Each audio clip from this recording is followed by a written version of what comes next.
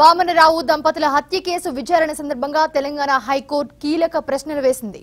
హత్య కేసులో నిందితులుగా ఉన్న నలుగురి వాంగ్మూలాన్ని మెజిస్ట్రేట్ ముందు ఎందుకు నమోదు చేయలేదని పోలీసులను ప్రశ్నించింది హైకోర్టు. పోలీసులే వాంగ్మూలం నమోదు చేయడం వల్ల అది ఎంతవరకు ఉపయోగపడుతుందని ప్రశ్నించింది. సంఘటన జరిగి ఇన్ని రోజులైనా నిందితుల నుంచి మెజిస్ట్రేట్ ద్వారా వాంగ్మూలం ఎందుకు తీసుకోలేదని గట్టిగానే అడిగింది. ఇక మరోవైపు ప్రత్యక్ష సాక్షులను ఎంతమందిని గుర్తించారు, ఎంతమంది వాంగ్మూలాలను మెజిస్ట్రేట్ వద్ద తీసుకున్నారో చెప్పాలంది. వారి రక్షణకు ఏం చర్యలు తీసుకున్నారని ప్రశ్నించింది. ఇక వామనరావు దంపతులను అంబులెన్స్ లో ఆసుపత్రికి తీసుకెళ్లే సమయంలోనే ఎంఆర్ఓ లేదంటే ఎవరైనా గెజిటెడ్ అధికారిని పిలిపించి మరణ వాంగ్మూలాన్ని ఎందుకు నమోదు చేయలేదని ప్రశ్నించింది.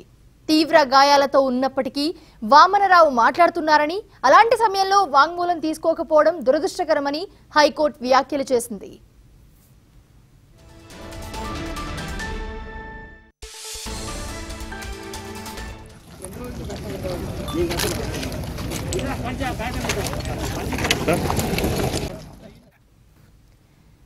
హైకోర్టు అడిగిన ప్రశ్నలకు అడ్వకేట్ జనరల్ వాదనను వినిపించారు. పోలీసులు కీలకమైన అన్ని సాక్ష్యాధారాలను సేకరించారన్నారు.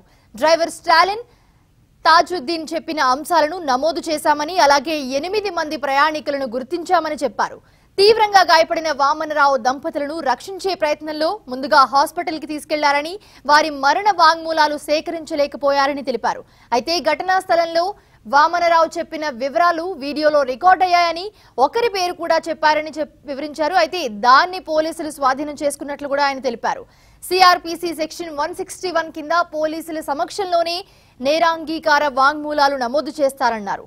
ఆ తర్వాతే మెజిస్ట్రేట్ సమక్షంలో సిఆర్పిసి 164 సెక్షన్ కింద నమోదు చేయడం జరుగుతుందని తెలిపారు. ఇక ఇప్పటికే నిందితులు వాడిన బైక్, కారును పోలీసులు సీజ్ చేశారని తెలిపారు.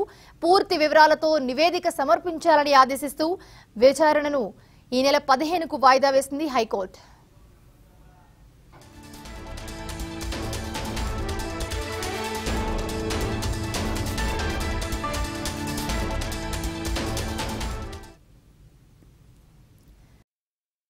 న్యాయవాద దంపతుల హత్యకు వినియోగించిన 2 కత్తులను పెద్దపల్లి జిల్లా మంథినిలోని సుందిల్లా బ్యారేజ్ నుంచి వెలికితీశారు. హత్యల తర్వాత నిందితులు కత్తులు, దుస్తులు, ఫోన్ను బ్యారేజ్లో పారేశారు. వాటి కోసం పోలీసులు విశాఖ నుంచి 6 గజ ఈతగాళ్లను రప్పించారు. ఒకరిని బ్యారేజ్లోకి దింపి వెతికించారు. 2 భారీ అయస్కాంతాలతోనూ వెతుకులాట సాగించారు.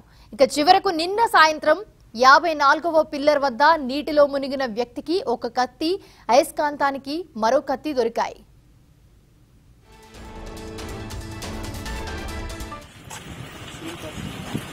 आज लोग बीरबार में कहा है कि